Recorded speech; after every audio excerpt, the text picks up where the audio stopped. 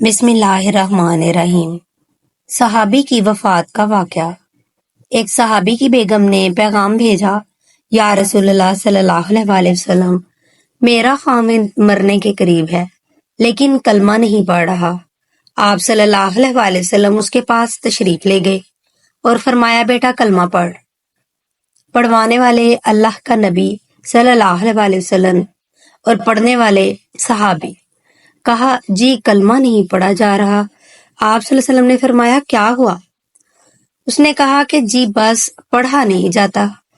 آپ صلی اللہ علیہ وسلم نے فرمایا، اس کے والدین میں سے کون زندہ ہے؟ کہا، جی ماں زندہ ہے۔ تو آپ صلی اللہ علیہ وسلم نے کہا، اس کی ماں کو بلاؤ۔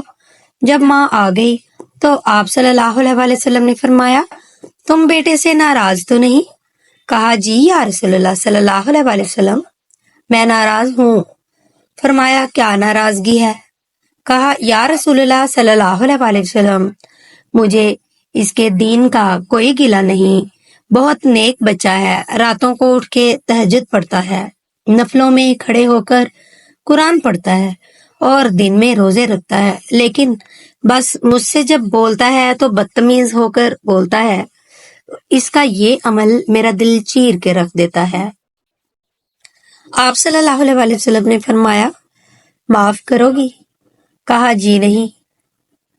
آپ صلی اللہ علیہ وسلم نے فرمایا، میں اسے آگ میں جلواؤں تو سفارش کرو گی؟ کہا، جی۔ آگ میں تو میں نہیں دیکھ سکتی۔ آپ صلی اللہ علیہ وسلم نے فرمایا، بس سن لو، اگر تو نے معاف نہ کیا تو یہ سیدھا اللہ کی آگ میں جل جائے گا۔ آپ صلی اللہ علیہ وسلم نے فرمایا، سفارش کرتی ہو؟ معاف کرتی ہو؟ کہا، جی یا رسول اللہ صلی اللہ علیہ وسلم، میں اب معاف کرتی ہوں۔ آپ صلی اللہ علیہ وسلم نے کہا، بیٹا لا الہ الا اللہ پڑھو۔ انہوں نے کہا، لا الہ الا اللہ، اور جان نکل گئی۔ آپ صلی اللہ علیہ وسلم نے اس کا جنازہ پڑھایا، پھر اعلان کیا کہ جس نے ماں باپ کو رکھ دیا اس پر اللہ کی لعنت، اس پر فرشتوں کی بھی لعنت، اس پر زمین و آسمان کی لعنت، اور اس کی نماز بھی قبول نہیں ہے، روزہ بھی قبول نہیں ہے، اور صدقہ بھی قبول نہیں ہے۔